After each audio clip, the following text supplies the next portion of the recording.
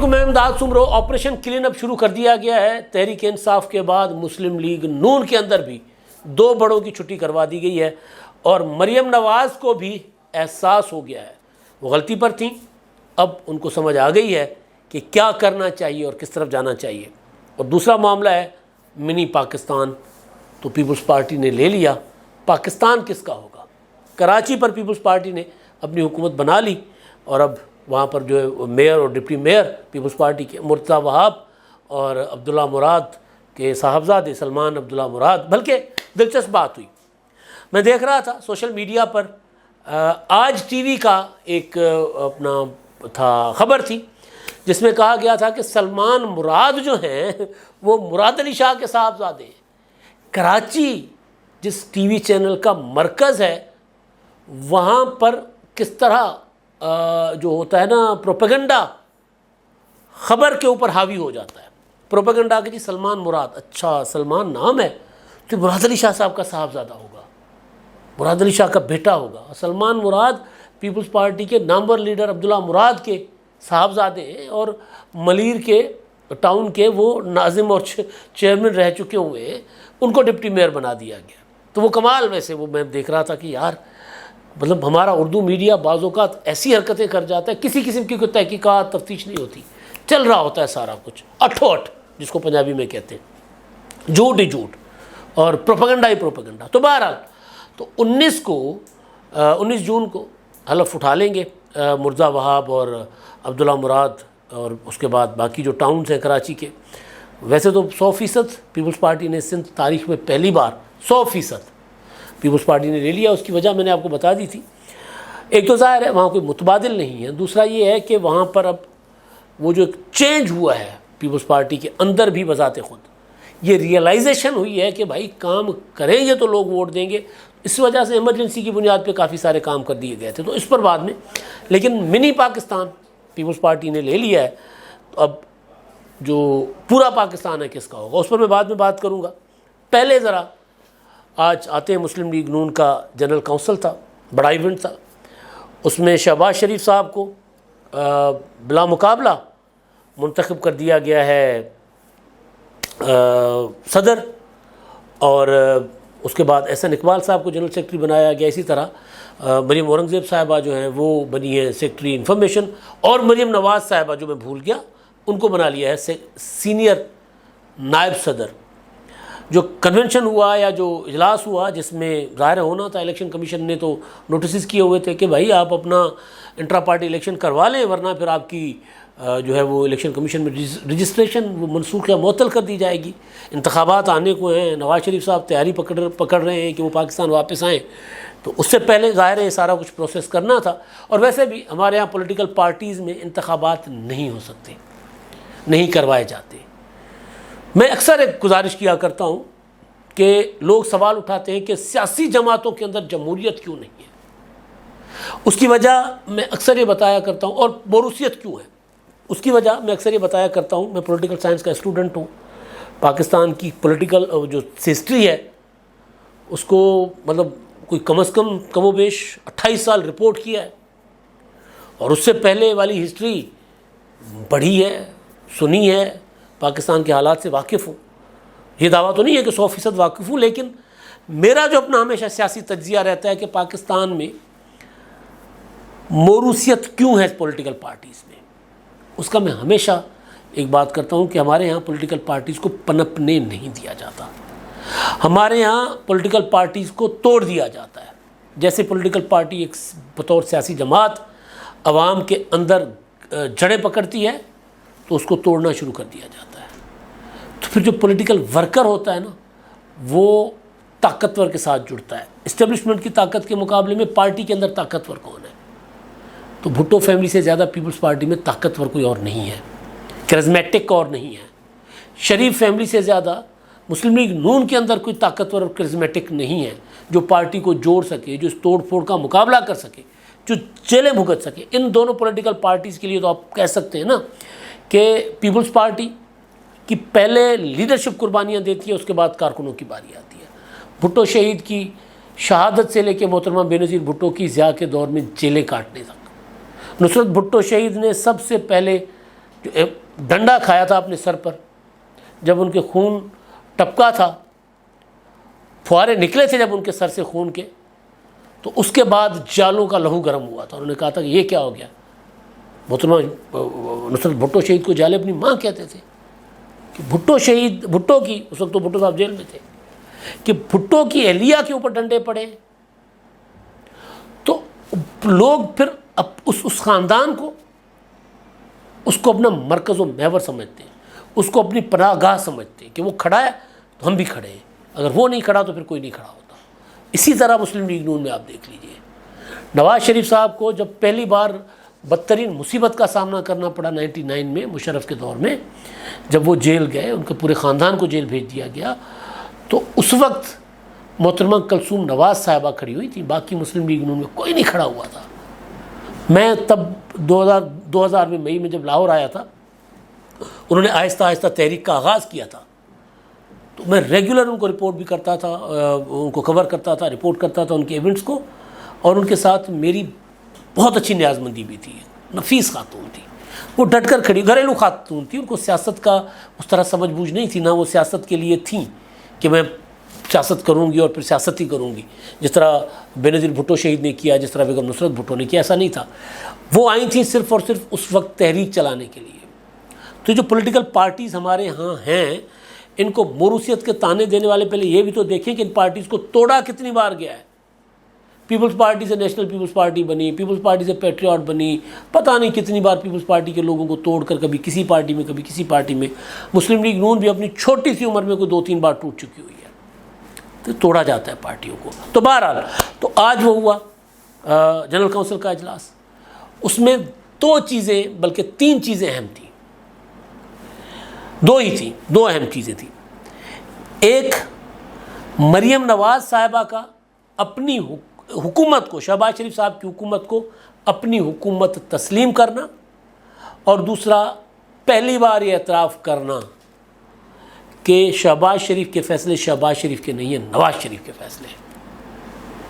یہ میں کہتا رہا ہوں مسلم لیگ نون کے متعلق اپنے اس ولاگ میں بھی اور بیٹھک میں بھی، عمران شفقت صاحب کے پروگرام جو بیٹھک ہوتی ہے ہر جمعے کو، اس میں، کہ مسلم لیگ نون کا مسئلہ یہ ہے کہ مسلم لیگ نون کے اندر وہ یکسو نہیں ہے. وہ جماعت، ان کو پتہ نہیں ہم نے کرنا کیا ہے، اپنی حکومت کو ڈسون کر رہے ہوتے ہیں. ادروائز پولیٹیکل کرائسس مسلم لیگ نون کے لیے اتنا بڑا نہیں ہے. جب تک وہ اپنا رخ اور قبلہ نہیں سمجھیں گے کہ کس طرف جانا ہے، تب تک کوئی ایرا غیرہ بھی آ کر نہ ان کا مقابلہ کر کے ان کو ہرا سکتا تھا. مریم نواز صاحبہ نے کہا ہے کہ جناب شہباز شریف صاحب کے جو بھی فیصلے ہوتے ہیں وہ اصل میں نواز شریف صاحب کے فیصلے ہیں. شہباز شریف صاحب نواز شریف کو اپنا قائد سمجھتے ہیں. شہباز شریف صاحب نے اپنی تقریر میں کہا کہ اسحاق ڈار کی محنت پر سوال اٹھانے والے، ان کی محنت کے اوپر تنقید کرنے والے اور ان کی ٹانگیں کھینچنے والوں کے لیے مسلم لیگ میں کوئی گنجائش نہیں ہے. وہ 2 ہی ہیں، بغیر ایک ہیں، دوسرے ان کو پروٹیکٹ کرتے ہیں، سپورٹ کرتے ہیں. مفتاح اسماعیل صاحب، کیونکہ مفتاح اسماعیل کو ہٹا کر اسحاق ڈار صاحب نے آ کر وہی کام شروع کیا جو مفتاح نے کیا ہوا تھا. شاہد خاقان عباسی صاحب، شاہد خاقان عباسی صاحب بھلے انسان ہیں، لیکن سیاست میں ہر کسی کا اپنا اپنا ٹارگٹ اور گول ہوتا ہے. میں نے پی ڈی ایم کی تحریک کے دوران، جب P D M Imran Khan کے خلاف 2020-21 میں تحریک شروع کر رہا تھا، اور پھر لانگ مارچ کے معاملے پر جب اختلافات ہوئے تھے، استعفے، اس وقت سے میں یہ کہتا آ رہا ہوں کہ شاہد خاقان عباسی خود وزیر اعظم کے کینڈیڈیٹ ہیں. مسلم لیگ نون کے اندر اختلافات ان کی وجہ سے. مریم نواز صاحبہ ان دنوں شاہد خاقان عباسی کے آنکھیں میں تھی، کہے میں تھی، وہ جو کہتے تھے وہ کرتی تھیں. آپ کو یاد ہوگا جس طرح کی اس وقت مریم نواز صاحبہ پریس کانفرنسز کیا کرتی تھی.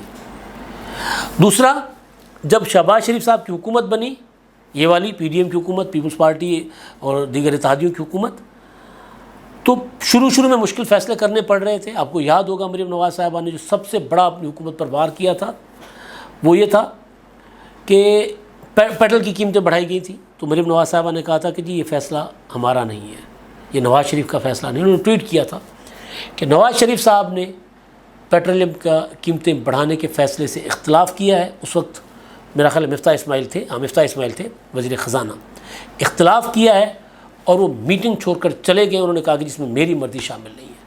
آج وہی مریم اچھا اور مریم نواز صاحبہ نے ایک نہیں درجنوں بار کہا ہماری حکومت نہیں ہے. یہ ہماری حکومت نہیں ہے. ہماری حکومت ہوتی تو نواز شریف صاحب پاکستان میں ہوتے. اب مریم نواز صاحبہ کہہ رہی ہیں کہ ہماری حکومت, اب وہ کہتی ہیں کہ ہم نے پاکستان کو ڈیفالٹ سے بچا لیا. وجہ کیا ہے؟ وجہ یہ ہے کہ مریم نواز صاحبہ, جیسے میں نے پہلے گزارش کی کہ کچھ لوگ مسلم لیگ نون کے اندر شہباز شریف کے خلاف لابنگ کر رہے ہوتے ہیں, اور کچھ لوگ جو رائے عامہ ہموار کرتے ہیں اپنے طور پر, پتہ نہیں ان کا مسلم لیگ نون سے تعلق ہے کہ نہیں ہے, چاچو چاچو کہہ کے اور اس طرح کی باتیں کر کے, چاچو کی حکومت, چاچو نے یہ کر دیا, چاچو نے یہ کر دیا. میں مسلم لیگ نون کا ناقد ہوں بہت بڑا, لیکن میں نے ہمیشہ یہی بات کی ہے کہ شہباز شریف وہ فیصلے کریں گے جو نواز شریف صاحب چاہیں گے, اس سے ہٹ کے وہ فیصلہ نہیں کرتے. یہ ممکن ہی نہیں ہے کہ شہباز شریف اور نواز شریف کوئی الگ الگ ہو. تو وہ جو چاچو چاچو کہہ کر رائے بناتے تھے, لوگوں کو وہ بات پسند آتی تھی, تو مریم نواز صاحبہ کسی غلط فہمی کا شکار ہو کر, کسی پروپیگنڈا کا شکار ہو کر, یا کوئی اور وجہ تھی, تو مریم نواز صاحبہ بھی اس پروپیگنڈا کو بائے کرتی تھی اور اس طرف چل پڑتی تھی کہ ہماری حکومت نہیں ہے. مسلم لیگ نون سندھ کے صدر ہیں شاہ محمد شاہ صاحب, نفیس آدمی ہیں, بہت پرانے زیرک سیاستدان ہیں, نیشنلسٹ تھے, اس کے بعد انہوں نے فیڈرل پولیٹکس شروع کی, بڑے عرصے سے مسلم لیگ نون کے ساتھ ہیں. وہ اکثر ایک بات کہا کرتے ہیں, کئی بار انہوں نے مجھے فون پہ بات کی ہے, کئی بار اپنے ٹی وی انٹرویوز میں کی ہے. انہوں نے کہا کہ نواز شریف اور شہباز شریف کے رشتے کو جو سمجھے گا وہ کبھی یہ نہیں کہہ سکتا کہ ان دونوں بھائیوں میں اختلافات ہیں, کیونکہ نواز شریف کو شہباز شریف اپنے باپ کی جگہ رکھتے ہیں. جب ان کے والد زندہ تھے تب بھی, اور جب وہ وفات پا گئے تب بھی. آپ دیکھیں پرویز الہی صاحب 77 سال کی عمر میں جیل میں, بیٹا بیٹھا ہوا اسپین میں, پرویز الہی صاحب مشکل کاٹ رہے ہیں, باپ بیٹے کا رشتہ ہے وہ. یہاں کیا ہوتا ہے, نواز شریف صاحب جیل میں تو شہباز شریف صاحب بھی جیل میں. نواز شریف صاحب ملک سے باہر چلے گئے, شہباز شریف جیل میں, ان کا بیٹا بھی جیل میں, مریم نواز صاحبہ بھی جیل میں تھی. لیکن میں صرف کیونکہ بھائی اور مطلب باپ کا رشتہ ذرا ڈیفرنٹ ہوتا ہے. ایون حسین اور حسن نواز صاحب نے, ظاہر ہے خاندان نے جب قربانیاں دی تو ان کا بھی کوئی نہ کوئی حصہ ہوگا, لیکن شہباز شریف صاحب کی قربانی جتنی ان کی قربانی نہیں ہے اپنے والد کے لیے. مریم نواز کی ہے اتنی بڑی قربانی. وہ خاتون, انہوں نے جیل کاٹی ہے, دلیرانہ بہادرانہ انداز میں کاٹی ہے. پولیٹیکلی ان کی انڈرسٹینڈنگ کے اوپر ہم تنقید کر سکتے ہیں, لیکن ان کے کردار پر, دلیری اور بہادری کے کردار پر ان پر کوئی شک نہیں کیا جا سکتا. وہ بالٹی پہن کر نہیں نکلتی عمران خان صاحب کی طرح, وہ ڈٹ کے کھڑی ہوتی ہیں. وہ اپنی والدہ کی طرح اپنے باپ کی ڈھال بنی ہے. بیگم کلثوم نواز صاحبہ بھی بنی تھی. تو شہباز شریف صاحب, شاہ محمود شاہ صاحب کا کہتے ہیں کہ وہ ان کے اور نواز شریف صاحب کے رشتے کو سمجھیں پھر تجزیہ کریں. ان بھائیوں میں کوئی اختلاف نہیں ہے. اختلاف رائے ہوتا ہے, لیکن اگر نواز شریف صاحب آنکھ اٹھا کر یہ دیکھ لیں, شہباز شریف کوئی بات کر رہے ہوں اور میاں صاحب یوں آنکھ اٹھائیں اور شہباز شریف کو پتہ چل جائے کہ بھائی کوئی بات ناگوار گزری ہے, تو بات وہیں روک دیتے ہیں, اس کا دوبارہ تذکرہ نہیں کرتے. احترام میں, ڈکٹیٹرشپ نہیں ہے یہ, احترام. اور پھر جب اپنی بات منوانی ہوتی ہے تو منوا لیتے ہیں. یہ نہیں ہو سکتا کہ شہباز شریف اپنی بھائی کی مرضی کے بغیر ایک قدم بھی آگے چلے.